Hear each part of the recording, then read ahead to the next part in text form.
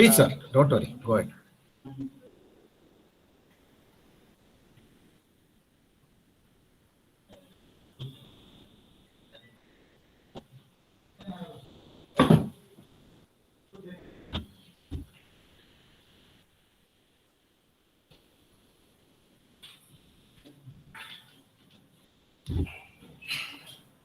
Okay, sir, we are fine.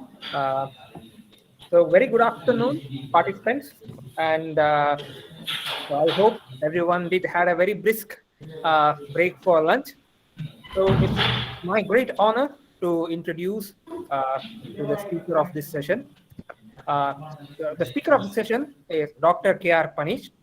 So Dr. K.R. Panish did his Bachelor of Engineering in Mechanical Engineering from UVC Bangalore in 1988. He did his Master of Engineering from MS Ramaiah Institute of Technology, Bangalore in Metal Casting Sciences in 1992. Dr. K.R. Panish has a PhD degree in Mechanical Sciences from VTU from 2013. He has published more than 8 papers in peer-reviewed journals, presented 12 research papers in international conferences over 8 different countries. Dr. K.R. Panish has published 8 textbooks on various subjects for VTU students, mainly VTU, for material science and metallurgy, operation research, operation management, management and entrepreneurship, Constitution of India and professionalism, ethics, management and economics. Dr. K.R. Panish is also very skillful in French language. He is having a diploma from French language from Alliance France in Bangalore. So we are very much happy to have you, sir. And we are very much privileged for you to make time in your busy schedule and come share your knowledge and your findings in this Atal FDP program, sir. And we are very thankful to you from the whole team. The session is over to you, sir. All right. Thank you, Chetan, for the nice introduction. And I'm very happy to be sharing my talk today to your esteemed audience. So I'm one last time. We are able to hear me loud and clear. All fine. It's clear, sir. It's loud All right. and clear. Thank you. Thank you. So let me begin by saying that I am presenting this talk called this Novel Materials from Ancient India. This is not one of the mainstream topics of your Atal FDP title, that is on magnesium-based alloys. I have not done any research on magnesium-based alloys. This is something different. And basically, this talk comes under the ambit of one particular session that the AICTE has mandated all the coordinators to have. That is, AICTE has said among the 14 sessions in any Atal FDP, one session should be dedicated to either mental health being or yoga or de-stressing or anything that can bring forth the ancient Indian achievements and so on. So they have made it one session exclusively for that, irrespective of what the overall topic of the FDP is. So within the ambit of that special session is what my talk comes in, which is novel materials from ancient India.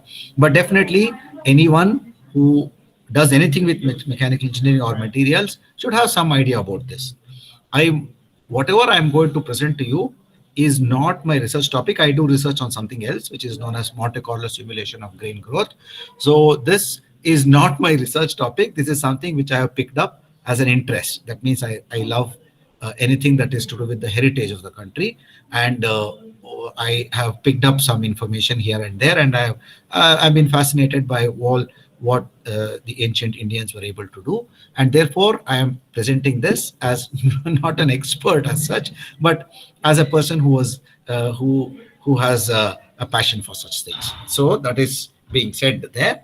I go to my topic. Actually, while talking about the novel materials from ancient India, there are so many of them. I will not be able to talk about all of them. A few of them is what I'm looking at.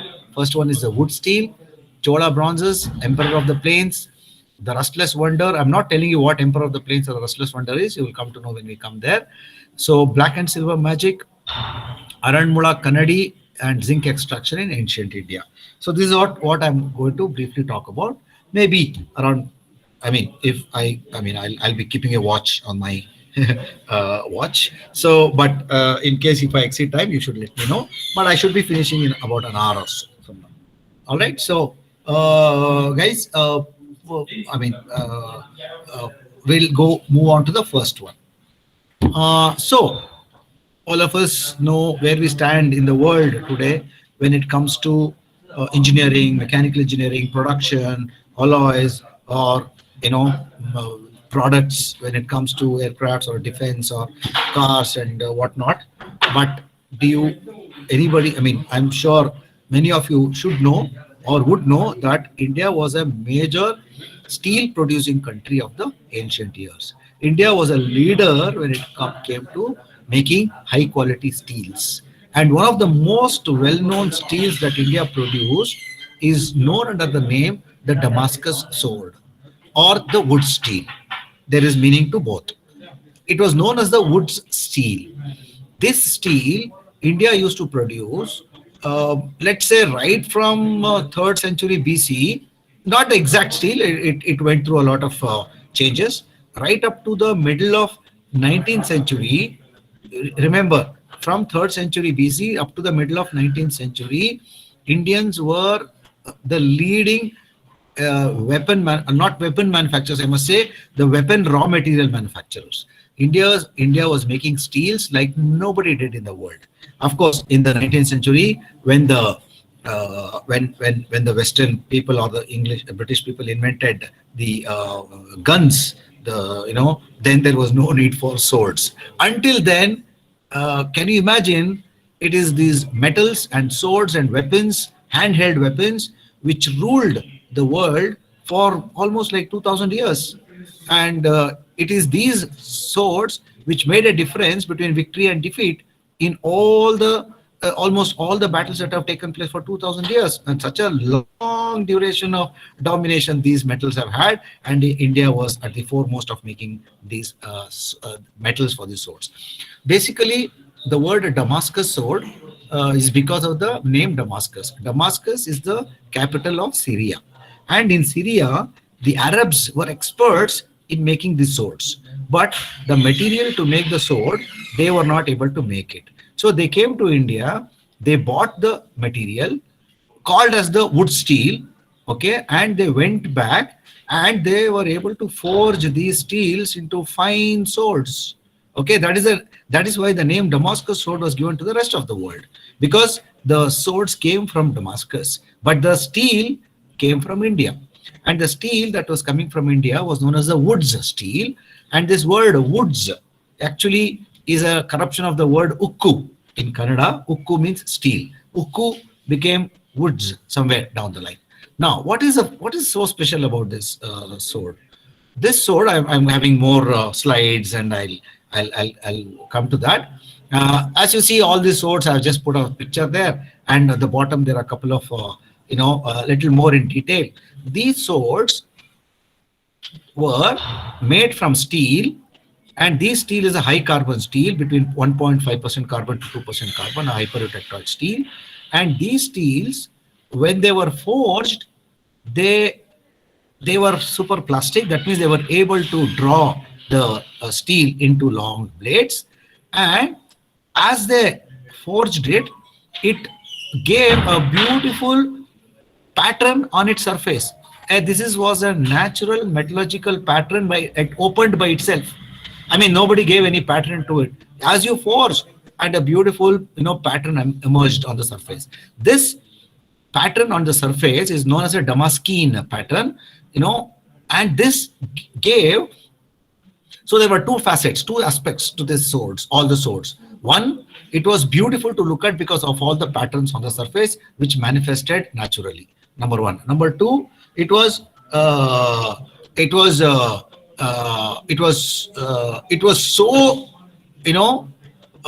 good in its performance.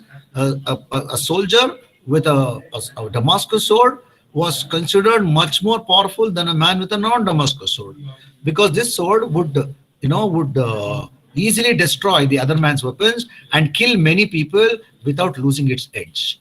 Okay, so this was a very much one of the most sought after swords in the Western world for a long, long time. In fact, it is said that the Arabs they won a lot of wars against the Europeans thanks to this sword and thanks to the steel that they bought it from India. Okay, let me go one by one. So this, I mean, some of the information that is there is what I've already said. So India used to make this woods steel and used to send it, as small ingots, like a hockey puck sized ingots to Syria, and where they used to forge them. Of course, in India also we used to forge them. In India also we used to make the swords. But it's just that the name Damascus sword was given because these Syrians or the Arabs were better in making the forging part. So, and then of course, and this went on and on for a long, long time, and before the entire thing was lost in the 19th century. So a rough idea of what the Damascus sword contains was what you see there is a 1.5% carbon, phosphorus, copper, vanadium, nitrogen, and manganese, nickel and manganese, all in trace elements. They were not in large quantities, they were all trace elements. So now, as I said, woods is the anglicized version of the word wukku in the languages of the states of Karnataka and Andhra Pradesh. It means, this thing. So the Arabs used to come here, buy the steel and go and make it. The rest of the world also wanted to make the steel the way like India did. They used to come, they used to watch Indians make the steel. Imagine if people know the iron carbon diagram, in order to get a 1.5, 1.6% carbon steel, you need to produce a 1200 degrees centigrade in order for the metal to melt and for the metal to be heated to a high temperature. So 1200 degrees centigrade temperature to produce with the help of charcoal was not easy, but Indians were able to produce that kind of a heat in order to make in order to make so much of temperature. They just used charcoal, that's all. Okay, and that not only the charcoal, there are also been instances where the British have come. They wanted to find out how these Indians do this this wood steel. Nobody in the world could make this steel. The rest of the world were good in forging, but they were not able to make the steel. The Russians tried, the French tried, the British tried. None of them were successful. In fact, the British thought that the Indians are making a trick. They are playing a trick on them. They thought in India there are diamonds available, and diamonds is nothing but carbon. When carbon in the form of diamond is put to steel making, maybe they'll produce such beautiful, wonderful swords. So these British people, some of them came together. They tried to put some diamonds into their melt and make the steel, and they promptly lost all those diamonds because it melted and it got disintegrated. So they were not able to do it.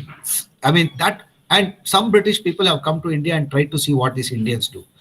Somebody has said, oh, this Indian goes there, he gets the ore from this, he puts it into a crucible, and then he goes into this tree, he gets some seeds, another tree, some more leaves, he puts that all into that, and then they burn it, and then they get something, and they get some steel pellets kind of a thing, buttons kind of a thing. I don't know how they make it. Somehow they are going to get this done. I mean, they make this steel buttons like nobody does. Imagine doing these steel buttons for 2000 years and nobody in the rest of the world were able to copy it.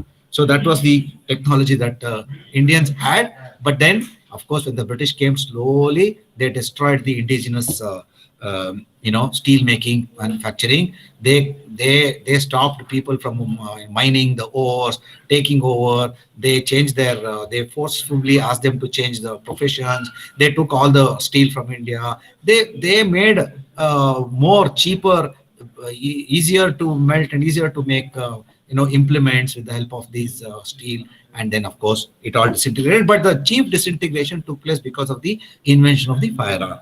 Okay, so and by the way, even there is an instance where Alexander the Great, when he invaded India in 4th century BC, he defeated the king of Porus, but after that there was a truce. Porus is said to have gifted some steel buttons to Alexander.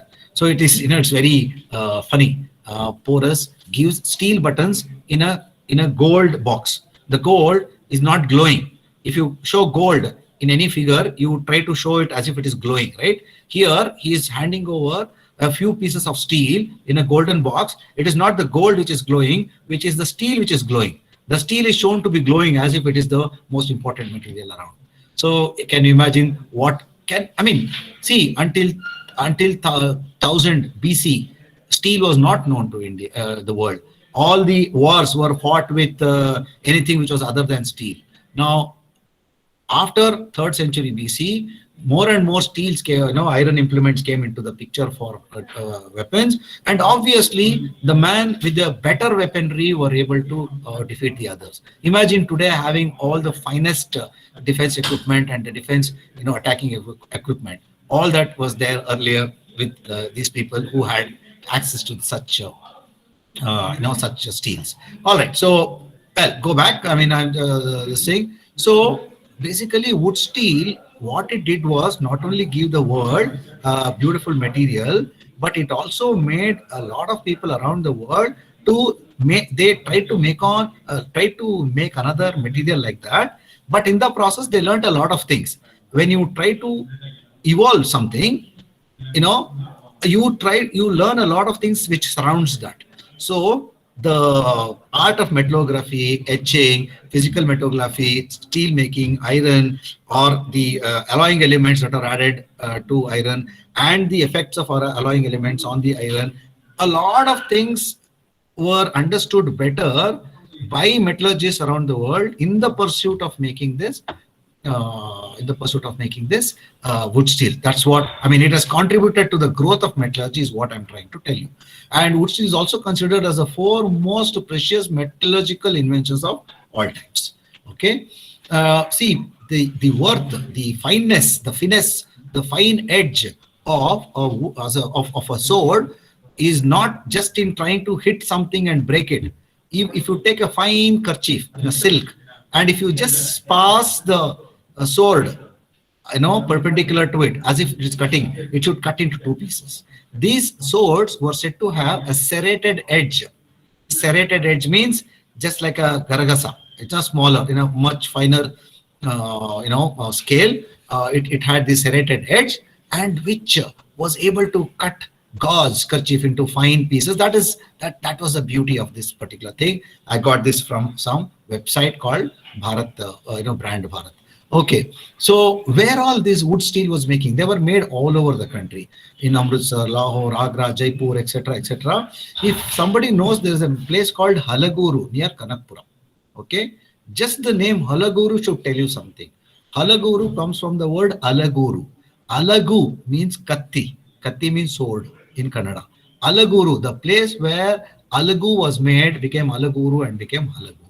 Golconda, Salem, so many places, all these things made. These the art of making the wood steel was finally forgot in the midst of 19th century for 2 reasons. I mean, one, the British intervened in the making of all these steels. Secondly, because of the firearm introduction. But the fact that this wood steel was such a beautiful piece of art made a lot of Western country metallurgists try to do something about it. They wanted to recreate the wood steel because it was lost. Nobody knew how to make it and all that. And in fact, I must say, I'll come to this and go back. There is somebody called J.D. Verhoeven. And before him, there was one Oleg Sherby. They all carried out research in the 90s and 80s and 90s. They carried out research. They were fascinated by this wood steel. How can somebody make wood steel with such beautiful properties, such lovely distribution of cementite particles in a matrix of ferrite, such, it was tough, it was super plastic, and at the same time had an edge, unsurpassed edge. How are they able to make it is what they were thinking. And first of all, they didn't know what was the metallurgy or the microstructure of the steel looked like. So they did a lot of research. They took pieces of this wood steel with them from India, and they did research. And they, with a lot of effort, they were able to recreate the wood steel.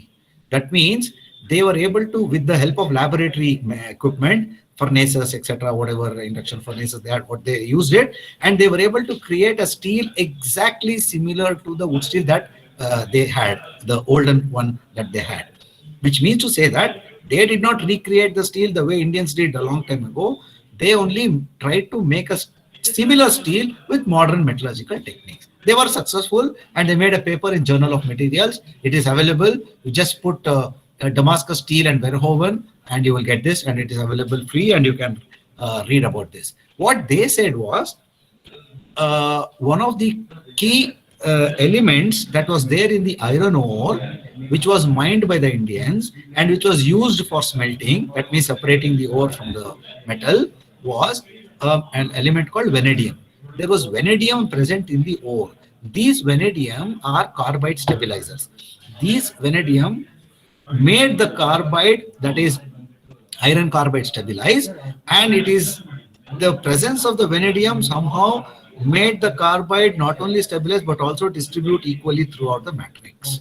And he said the art of making wood steel was lost because the mines from where this ore was brought and the vanadium that was there in it was completely exhausted, and any other ore was not able to give such a kind of a steel, is what they say. Whether it is true or false, we don't know, because wood steel was made all over the country, not only in some places. So, but unfortunately, nobody in the country is yet to make a definitive paper on wood steel and try to understand how the Indians made it and how to, I mean, nobody has tried to recreate the wood steel the way Indians made it and all over the country. I mean, it is not the work which is unfinished. In fact, myself, I mean, I started my PhD, I wanted to do PhD on wood steel. I started, but the magnanimity, it was so big, the work, I was not able to sustain and I gave it up for some other topic. But I hope somebody, someday, somewhere, some people will come and do some work on it. Of course, so these are the people, Oleg D. Sherby and J.D. Verhoeven. They have done a lot of work on the wood steel.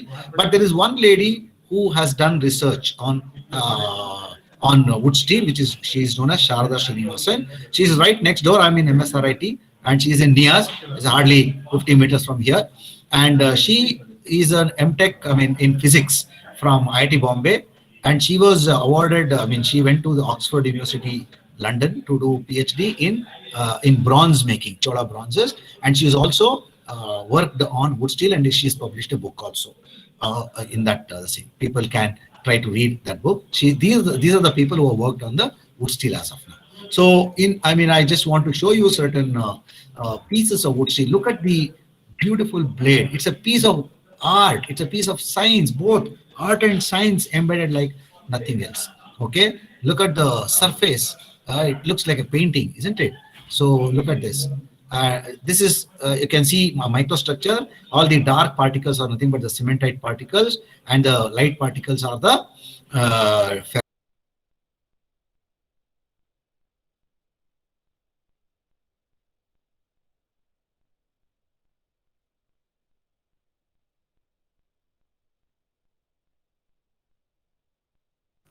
Sir, are you muted?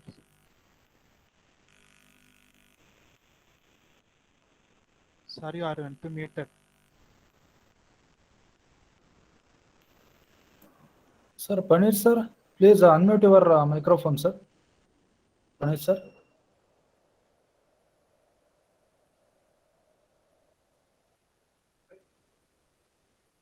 Paneer sir, unmute your microphone. You are not audible. Okay, yes, but since how long were you not able to see me? Only for just for 1 minute, sir. 1 minute, I said. Okay, okay, 1 second. No, it's okay, sir. You can start present your screen and you can start. Okay, 1 second. So, are you able to see my screen? No, sir. Are you able to see my screen? Yeah. Can you? Yeah, now it is visible, sir. Okay. If I change it also, it is visible? Yeah, visible, sir. Visible. Okay, fine. So I want you to see the striations on the third bar on the left-hand side. There are two striations. Something similar to that you can see. These are all surfaces of wood steel. On the bottom sword, you can see those striations. In a long sword, there are many such striations. And these striations are known as a ladder. It's known as a Muhammad's ladder. The Arabs loved this, Excuse me, loved this particular, sword. sir. Yes, sir. Sir, please make it full screen. Actually, sir, it is not in a slide way. It is not in the slide. Wait a minute, sir. Okay. Wait a minute. Okay. So, 1 second. So I'm presenting, actually already presenting. So you are not able to see the full screen. How come? Okay. Are you able to see it, sir, now? No, sir. Not fully. All right, sir. Just a second.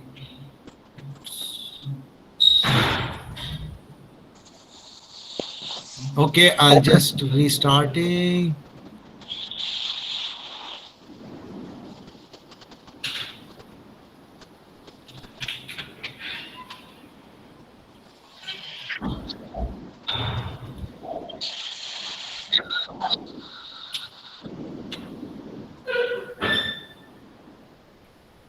Okay, just a second, please. Hold on.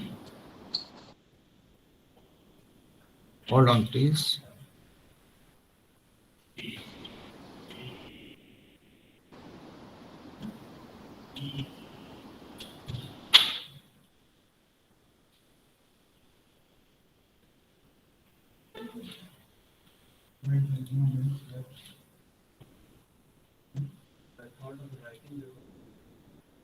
Are you able to see the full screen now?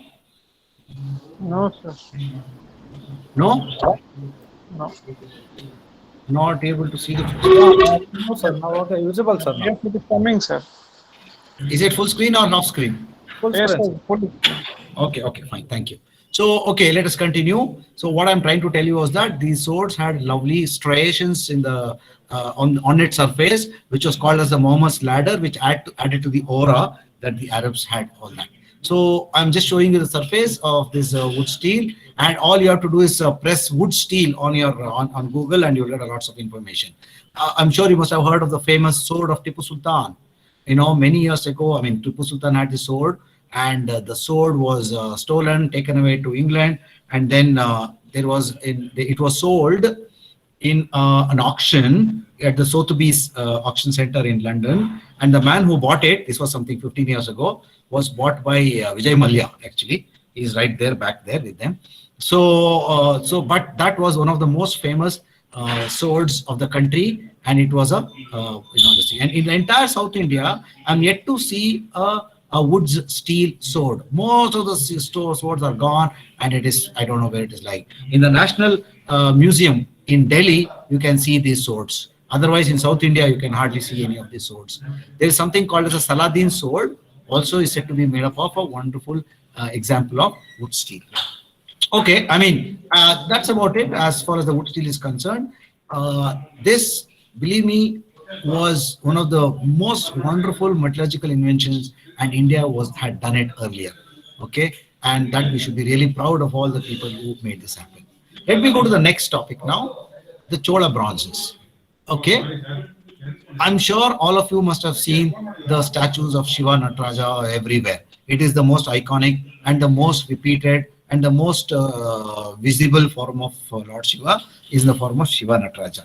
So this Chola was one of the foremost dynasties of South India.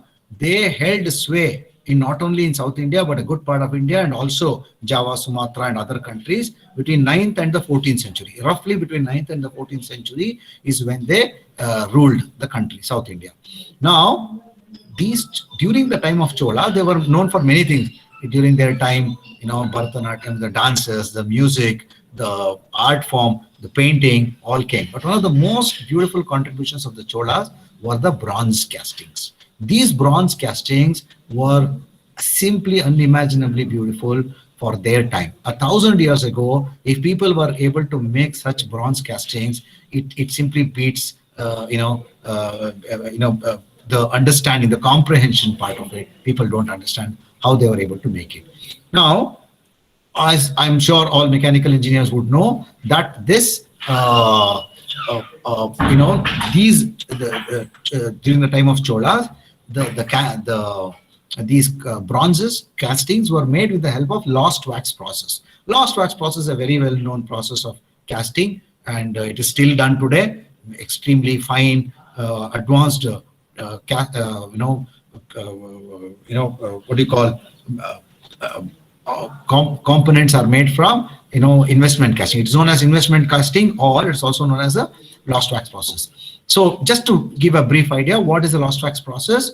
You take wax, which is so pliable, so malleable, so easy to work on. And those people at those days, they took wax from the beehives and a certain type of camphor known as a kunjilam, a natural one, they mixed it with oil. And it became soft. And this wax, they sculpted it with the help of some small tools, and they made it into a sculpture like a Shiva or Parvati or whatever. And on top of this wax sculpture, they put the clay. Clay was added. And clay today means bentonite, all the different types of clays are there, and additives to the foundry clay is there. But in those days, one of the reasons why the Chola period people were able to do was, on the banks of the river Kaveri, they were able to obtain clay in its natural form, which had all the right ingredients and additives in it, and they were able to take this clay and simply apply it around this so-called wax statue. After applying the clay around the wax statue, the entire thing is heated. When the entire thing is heated, what happens? What happens when the entire thing is heated? The clay which surrounds the wax statue, that becomes hard because clay gets fired in heat. What happens to the wax which is inside? Wax melts. When it melts, and if you allow a small hole, and it will simply flow out. When it flows out, it leaves behind a mold exactly the same shape of the casting or the sculpture that you did in wax. It will leave behind a copy of itself. So, and there to that, you pour hot molten metal, and they used to call it as panchaloham, but that's a different topic altogether. So they used to pour hot molten metal into the mold, and then after some time break the mold. After breaking, you got the casting, or as you see on the right hand side. But then of course there will be runners and razors and many other things. You have to use many tools, files and hacksaw blades in order to cut it out. And then you get the casting. This is what is known as an investment casting, or the lost wax process. And then panchaloham means copper, tin, gold, silver, lead, but there is no exact composition of panchaloham. It's subjected to a lot of debate on it, but right now we don't go into it. We understand that these are all bronzes. First of all, it is copper with tin and many other elements. So now I want you to look at these bronzes. Can you imagine 1,000 years ago, with whatever methods and equipment they had, they were able to first of all, imagine, look at this, Shiva with Parvati, with the Skanda or Murugan in the middle, the first one on the left. So can you imagine this? First of all, making it with wax and covering the entire thing with clay and heating the ensemble, allowing for the wax to melt and go away, pour hot molten metal into the mold, and then break the mold, and then get something like this. Can you look, do you imagine the complexity in this? You know what is the most important two things that you need to understand when you are doing a casting? The pouring temperature and you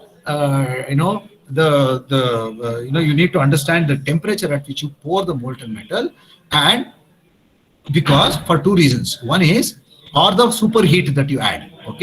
Superheat that you add. That means when you pour the molten metal just above the melting temperature, when you pour the molten metal, even before it arrives at the nooks and corners of the mold, it may get solidified. That means there is not enough superheat in the metal for it to flow to all parts of the mold and settle down. So if the superheat is less, the pouring temperature is low. That's what it results in. It does not pour it. It does not convert into a fully finished casting. What if the pouring temperature is very high? Okay, let me pour at a very high temperature. If when you pour it, higher the pouring temperature, more will be the gas holes. More and more, temperature gives you more gas holes. And while pouring it, it will lead you to blowholes. So too much of temperature is also not correct. Less super, heat also is not correct. But imagine getting objects like this. There is no extra metal added anywhere. Huh? No addition. It's all completely integral. How can you make such a casting, such perfect castings 1,000 years ago just by using the utensils that they had? Look at this beautiful Krishna on the right hand side. And then again, what you see at the bottom two are people working on it. Even today, if you go to Tanjavur or to Swamimalai, Tanjavur and Swamimalai, even today there are foundries, and these foundries have been passed on generation to generation, and they are still doing it. They are still making all these castings. In fact, you can go there. If somebody wants, let me know, I can direct you to a certain place. They will show you how they make the investment casting of a bronze like this. They make it in front of you, and you can even carry it home. Of course, you have to negotiate quite hard. So, but then these castings with all these complex, features is a treat to see. And today also, even today, they make it and they send it to all over the world. So, but I want you to understand two things. The antique pieces are different from the modern pieces. The antique pieces are a sight to behold. There are two, museums in the country, in South India, where you can see antique bronzes. One is the Egmore Museum in Chennai. Okay, you go there. There is a separate gallery for bronzes, and there is other one is known as the Palace Museum in Tanjore. If you go there, again, an exclusive gallery only for the bronzes. And you can see this exclusive, absolutely fantastic bronze castings about 800 to 1,000 years old. And of course, there you have 1,200-year-old up to 500-year-old bronze castings. But older they are, actually they become better. If you see between between the 10th and the 12th century, the finest castings were made. Okay, so that itself is a science by itself. That itself can take by a worthy person. An entire PPT can be done only on how the bronze castings were made in those times. Okay, so these are all this thing, and these castings not only had a beautiful, you can also admire the rare side of it. You can see there. This is on the right hand side is Ardhanarishwara, and this is Parvati there. Again, this is Parvati. And look at the poetry in motion. This is absolute poetry in motion, if you ask me. This is one of the most beautiful pieces of bronze. This is a 11th century piece. It is in Tanjore. It is known as Vrishabha Vahana Nadar. This is Lord Shiva, and his right hand is said to be leaning on a Vrishabha, that is on the bull, which is not there. The bull is not there, but had it been there, he would be resting his hand on it. But look at, if you go behind and see the statue, you could see the hair locks. Look at the hairdo and the hair locks. Look at how on the back his hair lock is there. It's absolutely amazing, these hair locks. If you see his entire thing from everywhere, look at the beauty of it all. Okay, so this is what it is. This is Parvati again, Shivagami Amman, they say. On the left hand side, on the right hand side is Saraswati. Okay, the right one is not an old one, it's a modern one. So one of the most beautiful, okay, as I said, Tanjavur Museum, etc., all that. Okay, I have a small question for you. I will not see the chat box. If anybody wants to unmute and tell me what it is, I want to, okay, I cannot say what it is. This is nothing but Lord Shiva Nataraja, a 4-meter tall statue. I want to know where this is found. So who is found next to the statue? Of course, it's myself. This was taken about 6 years ago. That is CERN. CERN. Thank you. So thank you, sir. Thank you very much. Yes, sir. This is CERN. I cannot tell you how fortunate I was. I went to Switzerland about 6 years ago, and I knew that a huge casting of Shiva is there, Nataraja in CERN. What does CERN stands for? CERN stands for Centre Européen pour la Recherche Nucléaire. That means it's actually the place where you have the Large Hadron Colliders. These Large Hadron Colliders smash protons, and they are they are trying to find the smallest particle that makes up this world. or this universe. So they smash protons with such speed, they want to break the proton and see if there is anything which is, subatomic particles. So this facility is known as CERN, and it is straddling between France and Switzerland. And I went there in order to I went to Switzerland, and I went there. And actually, this statue is not outside. It is somewhere deep inside the facility. And I went and inquired. I mean, I took a tour of CERN and they showed us and all that. That's fine. And then I asked them, this statue is there, I want to see. They said, no, it is not open for public. You can't see it. It is inside. We will not allow public there. Oh, I was very much disappointed. Then I sat there. It was a Saturday, actually. I was sat there. 2-3 hours I went on looking at them. Went on looking. They were looking at me all the time.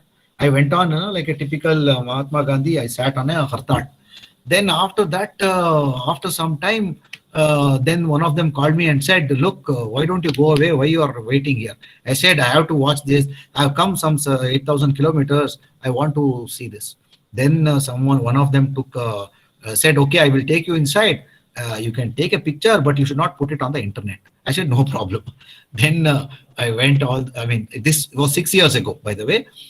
They took me inside and they showed me this, and I took a picture of myself. This is one of the most wonderful days of my life, just to be there and see this statue. Why is Lord statue, Shiva statue doing in CERN?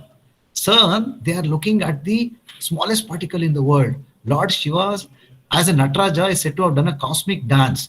And when he did the cosmic dance, it is said that Big Bang happened. Of course, we are not going to the science part of it. It's just that the belief part of it is said that Big Bang happened. Shiva, at the end of the day, at the same way, represents both the microcosm as well as the macrocosm. Macrocosm as in the world, the universe itself, the dance of the cosmic dance of Lord Shiva, and the microcosm, the dance of the electrons. The electrons are never in one place. They are rotating. They are going revolving around the nucleus, right? They are never in a stable. They are not stable. They are continuously revolving around the nucleus. So that is the dance also of the nature. So Shiva somewhere has a connection with the microcosm and the macrocosm model of physics. The Department of Atomic Energy India, they offered a statue of Lord Shiva, and they accepted. They said, yes, please, why not? We'll honor anything which is associated with our studies. So they did it and they kept it inside this. I'm very happy to show you this. So this is CERN. By the way, if those of you who have read a book called Angels and Demons or seen a movie, Angels and Demons, in the very first scene, somebody steals antimatter from CERN. CERN is a place where that person steals antimatter and makes it into the movies goes on. The very first scene is set in CERN, actually. All right. I want somebody to identify this. It's not very difficult, from ourselves. So if somebody can unmute and tell me what this thing is. What you see on the picture. The cannon.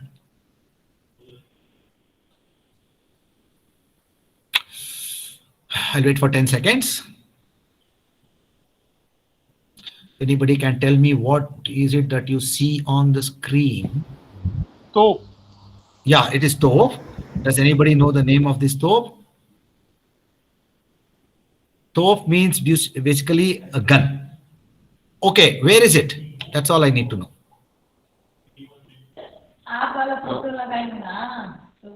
I just want to know the name of the place where this is found. I think, sir, it is situated at Bishnupur. Not so, sir. There are guns and toffs and cannons all over the country, but this particular one is the biggest of them all. So therefore, no, it's not Bishnupur. Okay, sir. Thank you. Anybody else? It is starting with the letter B, but not Bishnupur. Okay, this is found in Bijapur, in our own, Vijayapura, as it is known as now, but it is actually Bijapur, earlier known as. This, ladies and gentlemen, is a 55-ton cannon, 55,000 kilograms, one casting. And it is made up of bronze. It's a gunmetal, 70% copper and 30% tin. And this is one of the finest castings of all time. This is one of the finest rare things that India has, and nobody in the world. Of course, there's a big bell in Russia and all that, but this is one of the finest cannons ever made. Okay, this is known as Malik-e-Maidan or Mulk-e-Maidan. They say in Bijapur. It means that it's known as the Lord of the battlefield. It is known as the Emperor of the plains. If you use this gun, nobody in the vicinity can withstand firing from this gun. They will simply blown into smithereens, to ashes. So that was the power of this gun. And ladies and gentlemen, please remember, this gun was actually cast by, it was a Persian man who cast this gun in Ahmednagar, and it was shifted. This gun was used in the Battle of Rakkasagi and Tangadigi, or also known as the Battle of Talikota. This in the battle between Vijayanagara Kingdom of Hampi against the Deccanese Sultans. This gun was used. This gun created havoc in the war. In fact, the Vijayanagara army had a lot of elephants, and these elephants, when this particular cannon, boomed with sent fire cannonball after cannonball, these elephants said to have been extremely, they got scared and they ran helter and skelter. They killed their own people. Such was the havoc caused by this gun, and this gun is a 55,000 kilograms and made in India, and stills can be seen very much if you go to Bijapur. Bijapur, please go there if you have not seen it. It is one of the finest places. Unfortunately, not visited very well. It is not just about the Gol Gumbaz. Gol Gumbaz is beautiful, no doubt. Apart from that, there are many other things. There is an Anand Mahal. There is a Ibrahim Roza. There is a there is Juma Masjid. There is this gun itself. There are so many things to see in Bijapur. So many archaeological monuments are there. Okay, so this is one thing. You can see this in a closer this thing. There are a lot of inscriptions on it. Who made it? Who subdued it? Who brought it? Like that, many things are there. This is one casting of 55,000 tons of bronze. Can you believe that? How anybody could have organized that amount of metal to be and integrated into one casting? Okay, so Aurangzeb also, he's made something on that. Some information on this, you can find all this on this. It is said that it is help of 10 elephants, 400 oxen and soldiers, etc., etc. All this were there. The British actually wanted to use this gun for themselves against other Indian rulers. They were not able to displace it. They were not able to even move it also. And if you go there, don't forget to see right next to the gun, there is a small pond. In that pond, the gunner should fire, and he will draw, he will jump into the pond, and he has to close his ears. Otherwise, his ear drums will get blown away by the sound. So that, in fact, people have died trying to fire the guns. Okay, so this is actually a very nice thing. You should see this. You should see to believe this gun. Anybody who is interested in foundry or mechanical engineering should simply go and see this. Okay, so we'll move on to the next one. There's another cannon known as this cannon is found in Jaipur, known as there's a fort. There's called a Jaigarh Fort. On top of the Jaigarh Fort, this is Jaivana cannon, and this is the longest wheeled cannon. Wheeled, that means you can put this on a wheel and be made to rotate. It weighs about 50 tons, and this was actually never used in a war field. It was cast in 1720. So they fired one cannonball, and it made a impact where there was a pond which was created, it seems. So they never used it in any battlefield as such. Okay, so look at this, a closer look at this same Jaivana cannon. Okay, and now of course many of you might have visited Delhi and seen Qutub Minar. That's in the foreground and the background. In the foreground we have this pillar, and I'm sure you know about this pillar. Can anybody tell me what this pillar is known as? Qutub Minar. No, Qutub Minar is the one that is the back side. In the front side we see a pillar. inside the grill work. That's what I'm trying to ask you. What is that pillar and what is it famous for? Iron pillar. Yes, it's an iron pillar. What is it famous for, ma'am? The iron which doesn't get rusted. Absolutely. This is known as the rustless wonder. It is known as the rustless wonder. This is a Delhi iron pillar, and it is some 7.3 meters tall and about half a meter at the foot and tapering to 29 centimeters at the top. All that information is there. It's actually a series of disc-shaped castings placed over one another. It's not one casting. By the way, it's not one casting. A series of casting welded on top of the other. This iron pillar was in Mathura, and it was meant to be as a Garuda Gamba, but then it was shifted from there in the much later, maybe 15th century or 16th century. It was shifted, and it finds itself near the Qutub Minar today. The beauty of this is, although it is about 5,500 years old, it has never rusted. This has never rusted till now, and it remains as one of the wonderful things of ancient Indian metallurgy. Okay, so what is the secret of this? Basically, scientists from IIT Kharagpur have done IIT Kanpur has some study on this thing. They say that as this is made up of wrought iron, meaning pure iron, and as soon as this was made, it developed a small crust, a small thin layer of something called mesavite, which is a compound of iron, oxygen, nitrogen. And this mesavite formation was helped by the presence of phosphorus, which acted as a catalyst. And this mesavite was so hard, and this layer itself prevented water or moisture from the surface, from the outside, to penetrate into that. That means this itself will form like a layer, like a grain boundary.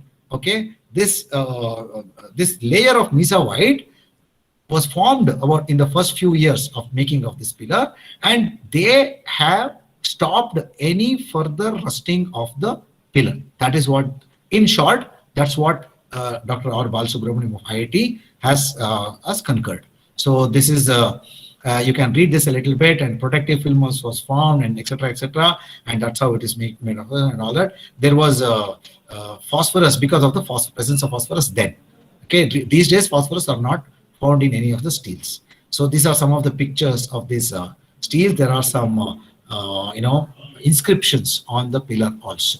Okay, so there's also a pillar in Kollur Mookambika temple. They say that it is 2,000 years old, 2,300 years old, and not much of scientific study has been done on this. It is said that this pillar is also similar to Delhi iron pillar, and it has not rusted for 2,000 years. 2,000 years, no, not the one with the golden color. The other one is not rusted for a long time. And I mean, this is closer home. If you can go to Kollur Mookambika temple, you can see this.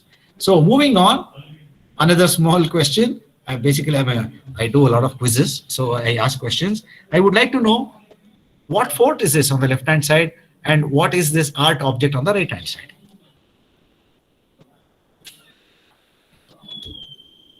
If anybody can tell me, it will be nice. I like to interact.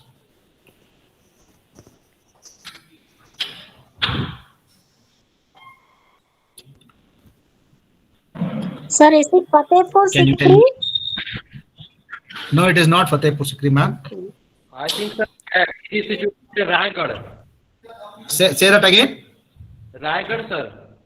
No, not Raigad. Closer. Tipu Sultan. It is closer to Jaipur, sir. No, it's not Jaipur. Much closer. Mysore, sir. No, it's not Mysore. It's not Srirangapatna Fort. Agra Fort? No, it is not Agra Fort. Is Agra, sir? No, it is not Agra Fort. If you know what is the art object on the right hand side called, the fort is easily understandable. Or if you know this, that can be found out. Rajasthan. No, it's not Rajasthan. I'll give another 10 seconds.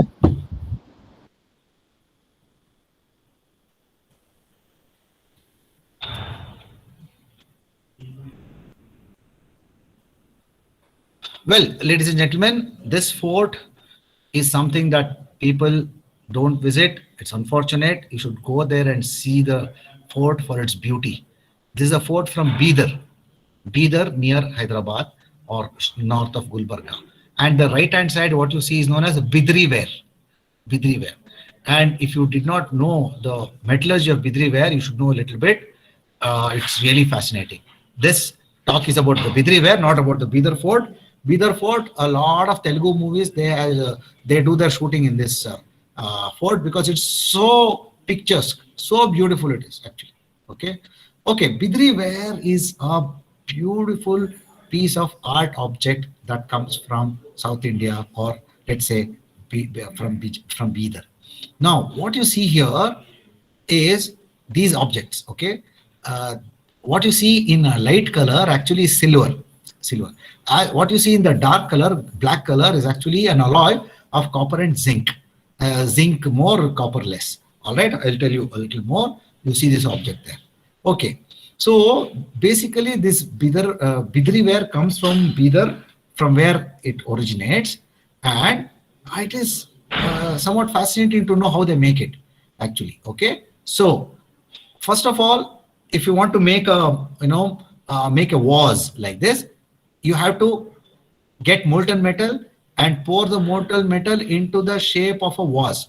Prepare a mold and make a vase out of it. Okay, you have to do a casting first, but this casting is done with the help of an alloy and zinc.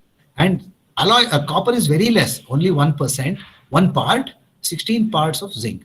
1:16 copper as to zinc is the composition of the base alloy of Bidriware.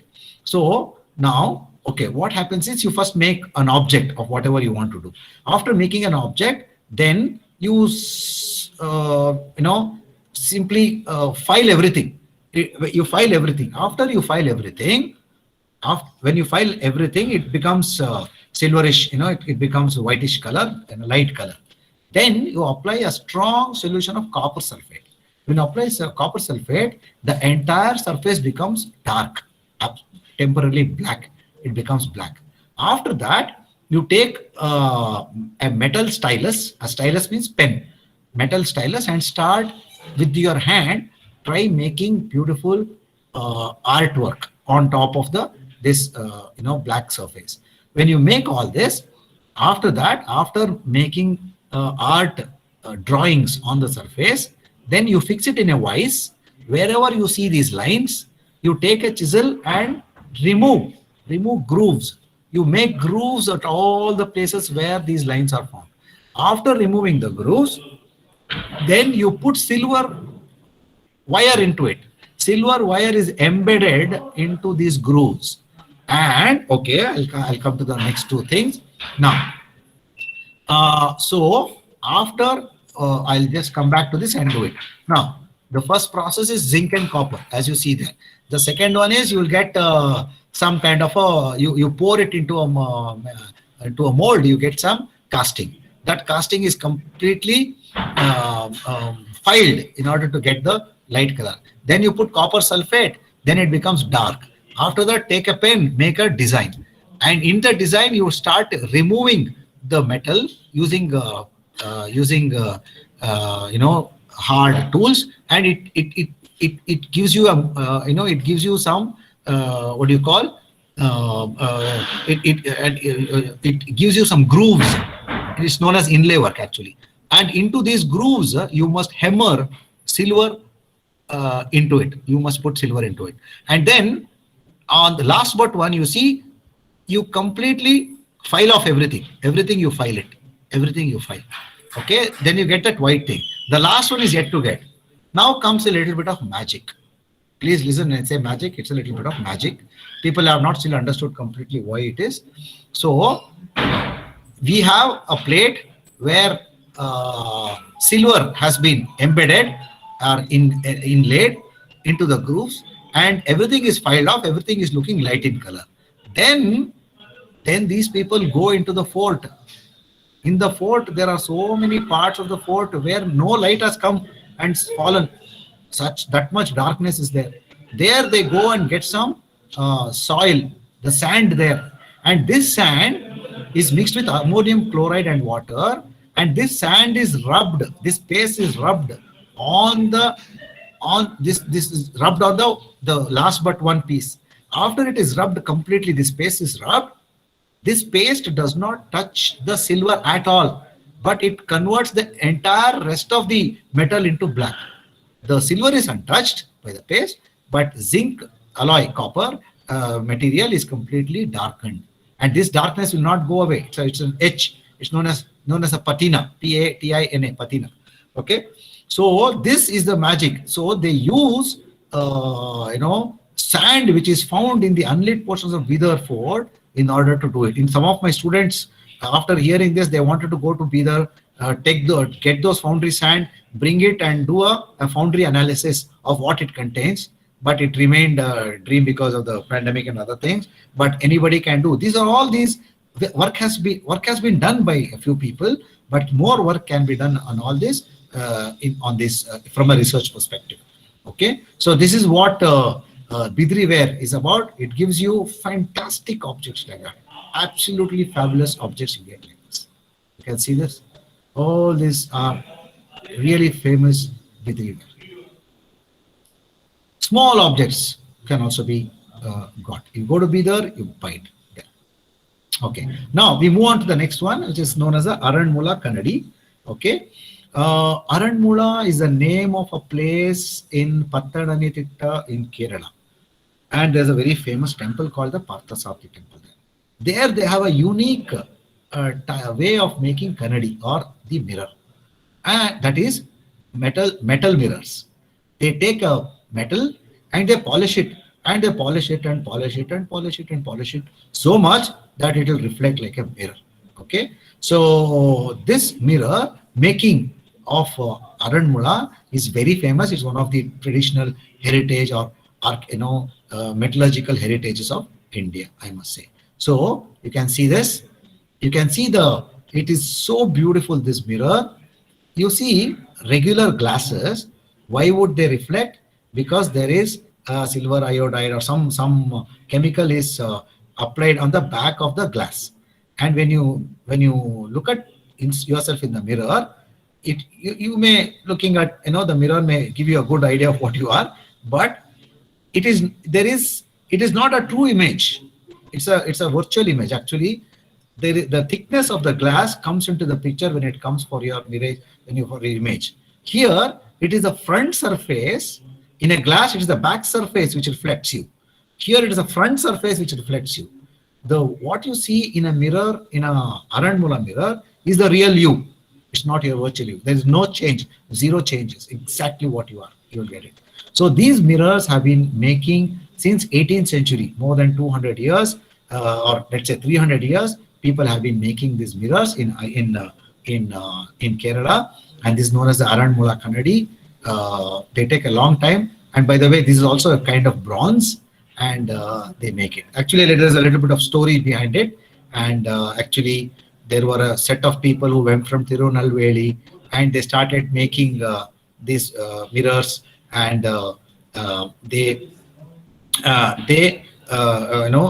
there's one set of family members started making these mirrors, and this family has become 20 families in the last 200 years, and it is the same extended family which has been doing these mirrors.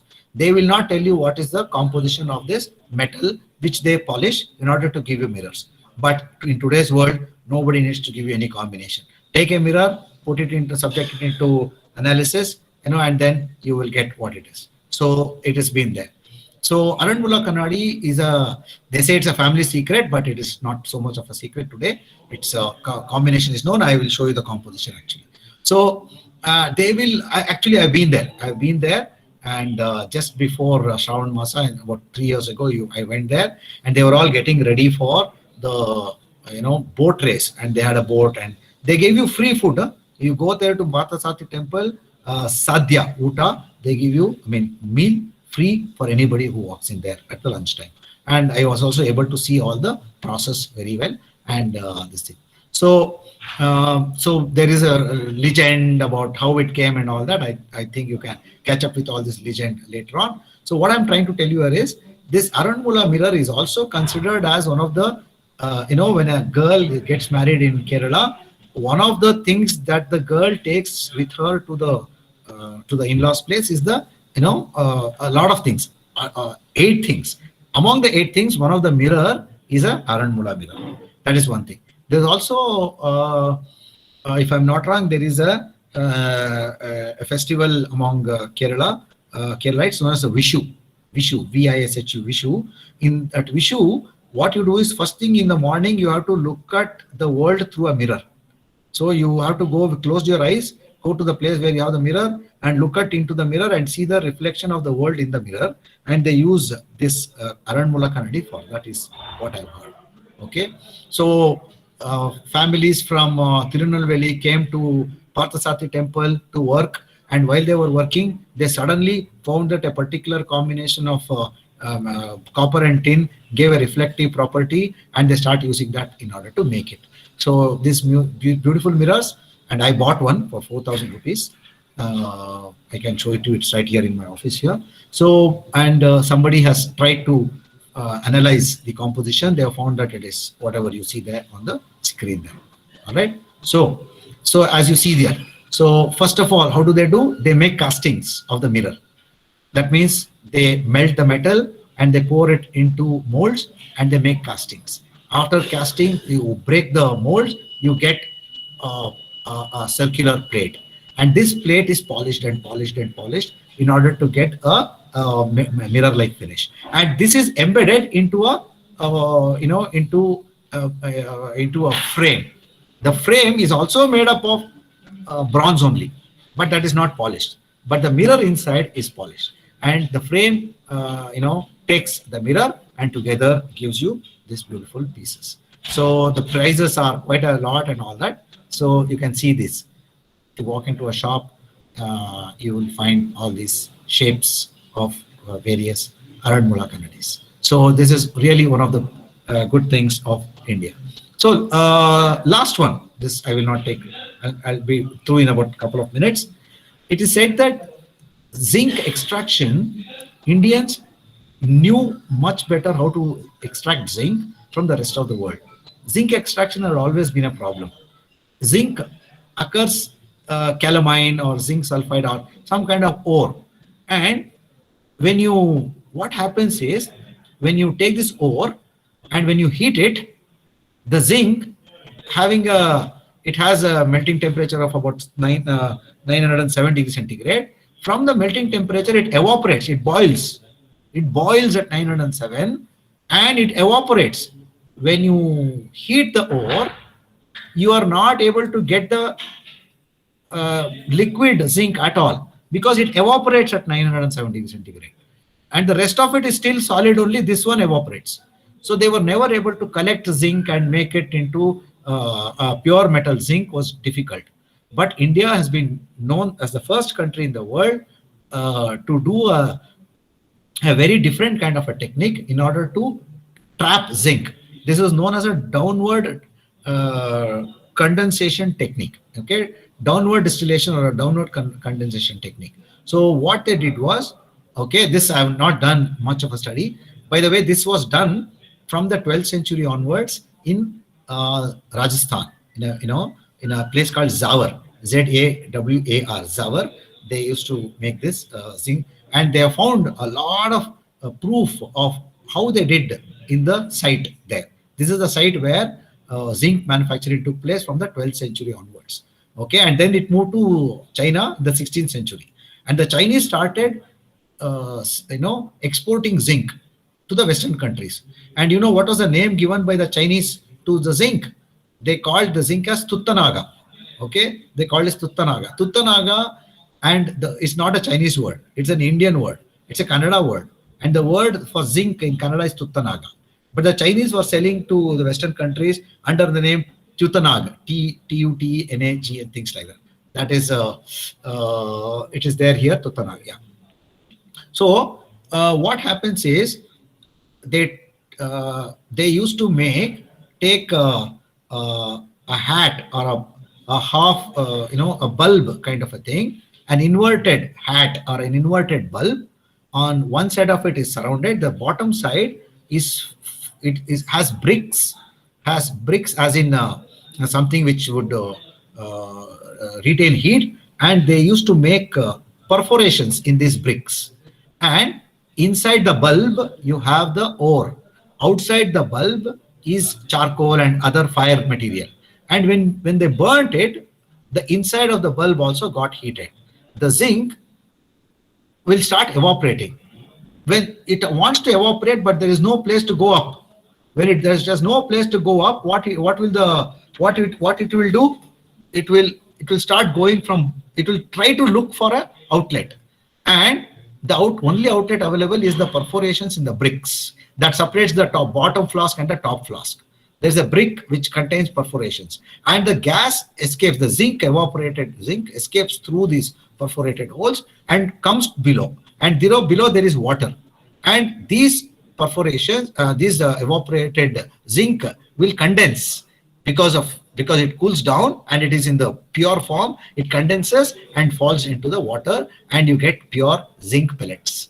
So this is known as a downward condensation process. This was invented in India, and they used to make this for a long time.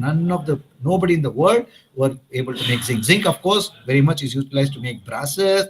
It is used to make, it is zinc sheets these days. Of course, zinc, the benefits of zinc, we all know about it. So this, how they made it is also something. There is a book called Rasaratna Samuchaya where it has been very much described in detail.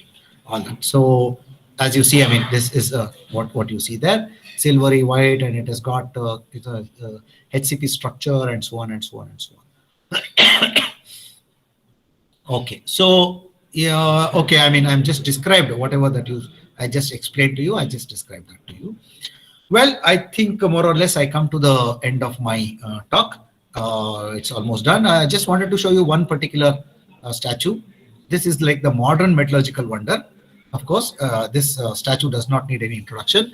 This is the Statue of Unity, Dr. Sardar Vallabhbhai Patel. I mean, Sardar Vallabhbhai Patel, Iron Man of India. And this particular statue stands at a height of 250 meters from the ground level. The statue itself is about 182 meters. The statue, inside of the statue is concrete, but the outside of the statue is made up of bronze claddings. And the bronze claddings itself is weighing about 3,500 tons of bronze claddings. Can you imagine 3,500 tons of bronze claddings made? Of course, the cladding was cast not in India. It was done in China because India did not have a facility for making such huge pieces of bronzes. Hundreds of bronze claddings were done and fitted on the surface. It's not one, many pieces fitted on the surface. And this statue is twice the size of Statue of Liberty. And 2 months from now, 31st October, is the National Unity Day and National Ekta Divas. And this is let me say, it's a modern structural wonder, if not metallurgical, it's a structural wonder. Just wanted to show you this. That's all. I think I end my speech here, and I should like to thank Dr. P. Manjunath, the principal, and my good friend Hegde. That Hegde was my classmate. We did our PG together in MS Ramaya, and for organizing this, and Parmeshwar, who has been in touch with me, and also Chetan, sir, for having helped me in all this. Thank you, sir. Thank you once again, and Jai Hind. Sir, any questions? If it is there, I could take it. Okay, dear participants, the session is now for the query session. If you have any questions, please unmute yourself, and you can directly direct it to the speaker. Or if you have any problems regarding your network coverage area, then you can write it in your chat box. I will direct it to the sir. Should I ask a question? Yes, sir. Go ahead. Myself, Dr. Pankaj Kumar Singh from ITBHU. Yes, sir. Your presentation was nice. Yes, sir. But a small question I am having. Yes, sir. As in concern to the magnesium. Yes, sir. This FDP is concerned with magnesium, I think. Yes, sir. Your presentation doesn't present any ancient thing which is related to magnesium. Can you give some example related to some magnesium? Yes, sir. Two things. One I have to tell you here. First of all, this FDP is on magnesium alloys, no doubt about it. But I had told very much in the beginning that my presentation has got nothing to do with magnesium alloys, because there are 14 sessions, among which one session, the AICT has made it compulsory to talk on anything which is other than the main topic. They have said you can talk on yoga, or let us say on mental health being, or meditation, or on ancient Indian achievements, or on anything which is different. So it is in that category my talk comes. That is point number one. Secondly, yes, I did search for anything which is good magnesium from the heritage perspective, from the historical perspective. I was not having so much of time to do a complete research on it, and able to come back with some information. Actually, the entire topic that I presented, I am not an expert in each one of that. I have not done any research. This just as a matter of interest and a passion, I have collected information and presenting it to you, sir.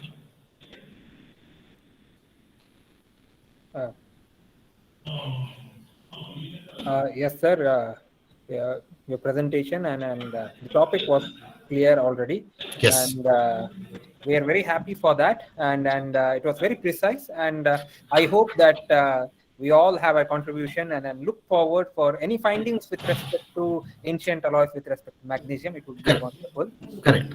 And also, it was very informative about how exactly as Tukku went from wood steel to Damascus steel.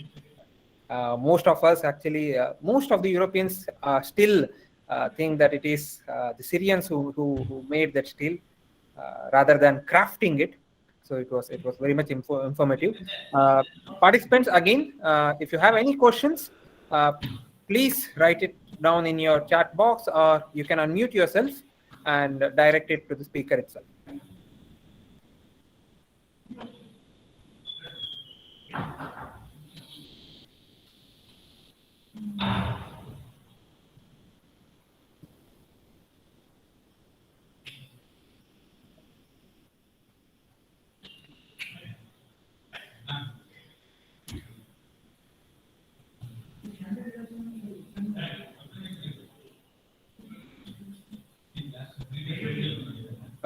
Sir, as of a personal interest Yes, from the department, so you did say about the iron pillar. Sir, how exactly was the test conducted? Because how exactly was the test conducted to know the composition of the iron, and how exactly we came to know about that it's a forged piece rather than a single image? Yes, sir. As I said, one Dr. R. Balasubramanian from IIT Kanpur has done studies. He was given permission from by ASI to continue to do the studies. He has extracted. Well, let me go back. He has extracted. He has studied the iron pillar, and where is it? Okay.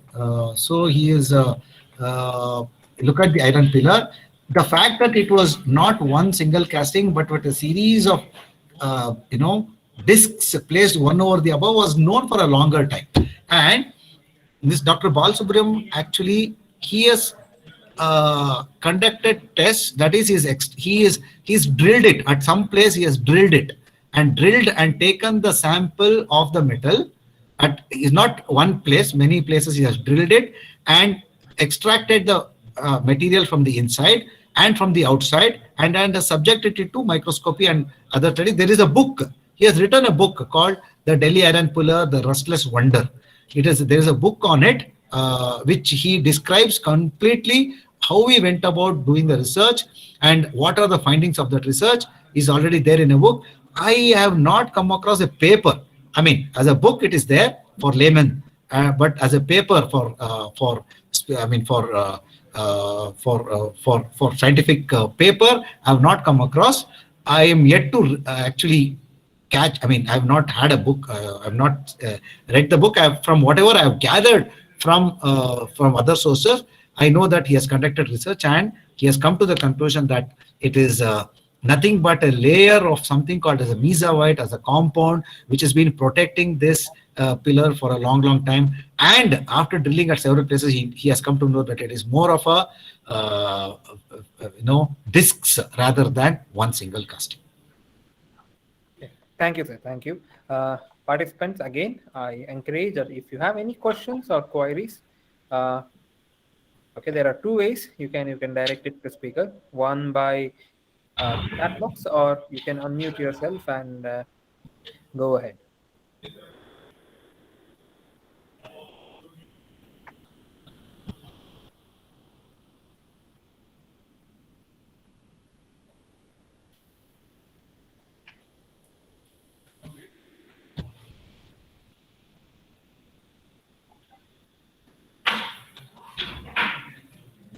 Okay, if there are no more questions, then let's wind up this session. Thank you, Dr. K. Panish sir, for making a time in this year's busy schedule and sharing the passion and the finding from your passion about ancient India and how superior we were in the terms of metallurgical analysis without constraining ourselves to phase diagrams and very much peculiar about remembering what kind of iron carbon diagram or what exactly the carbon percentage, not to memorizing it, but inculcating in a daily practice. It's really wonderful and so much informative. I hope many of them might have beautiful literature surveys waiting us to just look on it to be researched.